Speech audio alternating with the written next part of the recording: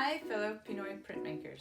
My name is Kristen Cain and today I'm going to talk to you about printing at home. Since many of us are stuck at home during the pandemic, I went around and picked up some garbage and some potatoes and we're going to do block printing on fabric. So if you want to join along for this demo, come on.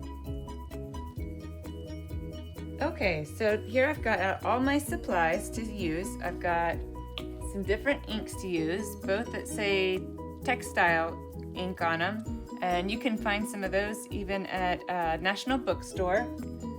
I've got 2 cylinders, one glass and one plastic, to try out to kind of be my brayers. When I put out the ink, I'll roll those out so they're nice and flat. I've also cut some potatoes in half and then made some little designs that we'll test out.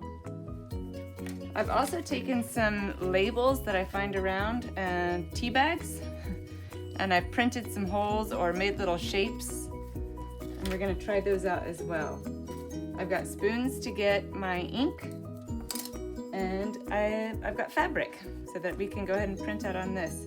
I've also got a fabric that I was doing some testing just to see how these work together.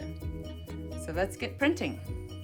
Okay, so here I have dished out some of my fabric ink, my textile ink, and I've used this little plastic bottle as my brayer to kind of roll it out. And it's got a nice flat surface on the bottom. I've also can use this as a brayer to ink up my stamp. So you can get a nice little roll there, and you can make your stamp. You can do it every single time if you want to, and then make it all kind of uniform, or you can also just stamp it in there if you want every time.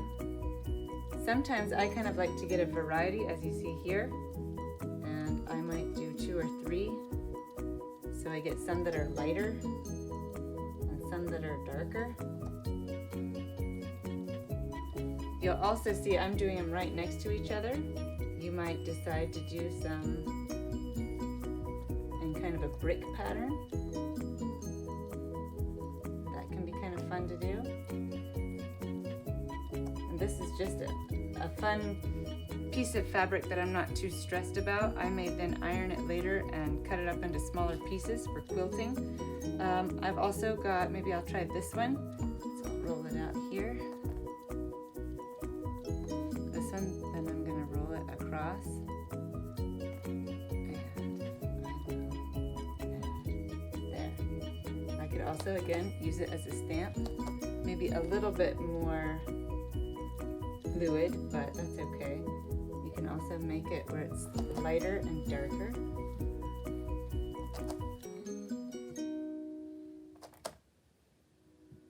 That's the fun part with the abstract stamps, is that you can kind of have fun with them. Sometimes I've even gone over and made some lighter and some darker.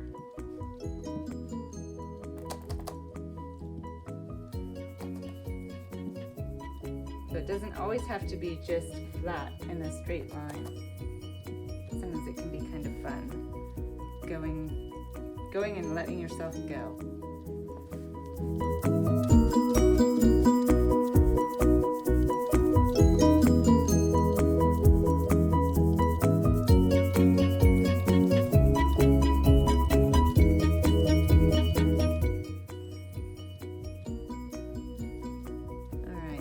Added some black now, and I'm going to show you how to use some of these simple shapes that we've cut out and maybe make a flower petal now. So I might take a shape kind of like this one that is a little bit trapezoid shape, and I might go around the edge of it, making a target kind of flower shape. You don't have to be so perfect with these. That's kind of the fun of it.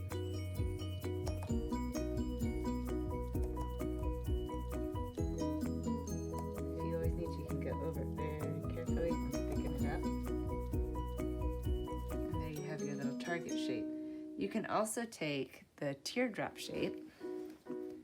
Add a little more red.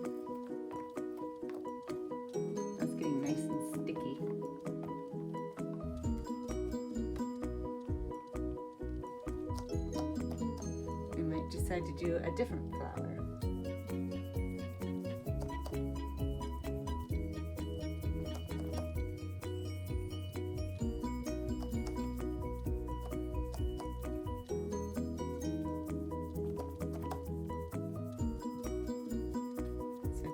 Then you could also take maybe one of the stencils we made with the tea bag,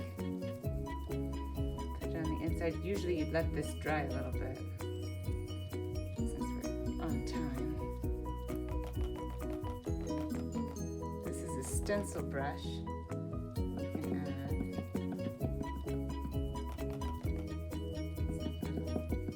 inside part of the flower.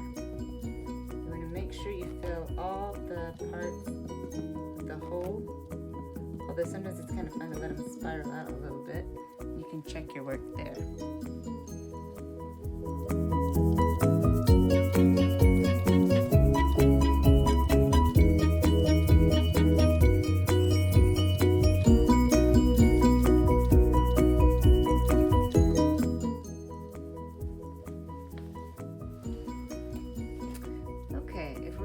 To do a stencil, we're going to take an old label, plastic label,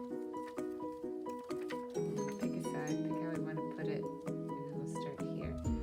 Earlier I had asked my son to bring me one and got one that was much rougher with the bristles. So I'm going to use one that's a bit tighter with the bristles so it's easier to control.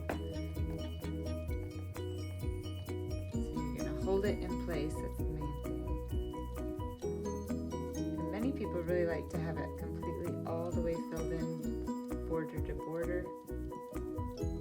Sometimes I like to do that, and sometimes, especially with these more organic shapes, I like to fade out a little bit on the sides. It's really a personal choice, however you want to do it. Stay away from the edge a little bit because it's a bit easier to stay in. It's a little bit thicker since it's bigger, so you can see the difference.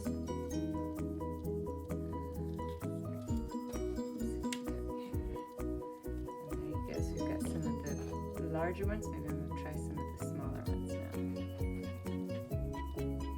Set it here until those dry. Then you can come back closer and add some. If you have a hair dryer. I don't, so we'll have to air dry it for now. These holes are just made from a hole punch.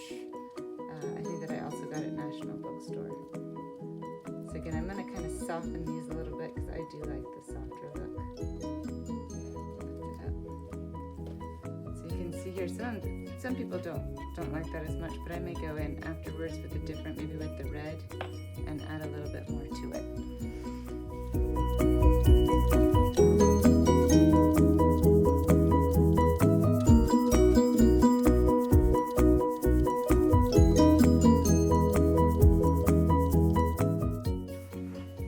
Okay, I'm going to do a quick time lapse so you can see me in action a little bit easier. Working on the pattern, and then I'm going to do some of the stenciling on it, and sometimes I might make mistakes, so I just either paint over it or work with it, do some of the stencils on it. Often when you're doing lots of loud pattern, you don't even really notice anyway. It's part of the fun with the potato printing. Sometimes I might mix some of the colors together. That's fun when you only have limited colors. Here's another time lapse where I'm using only one stamp, and I've added a bit of water to my ink so that I get more variety in the shade, and I can kind of just play around. It's good for big pieces of fabric and just keeping with one color where you really can kind of play around with it.